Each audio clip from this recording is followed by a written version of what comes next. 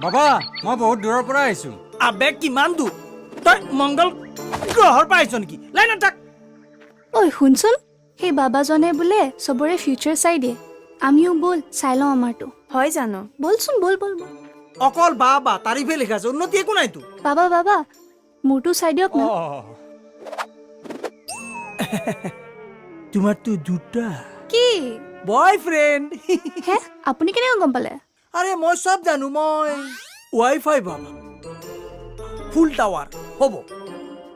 তোমাৰ দুইটা বয়ফ্ৰেণ্ড ইনষ্টাগ্ৰামত বাস কৰে দিন ৰাতি ৰীল বনায়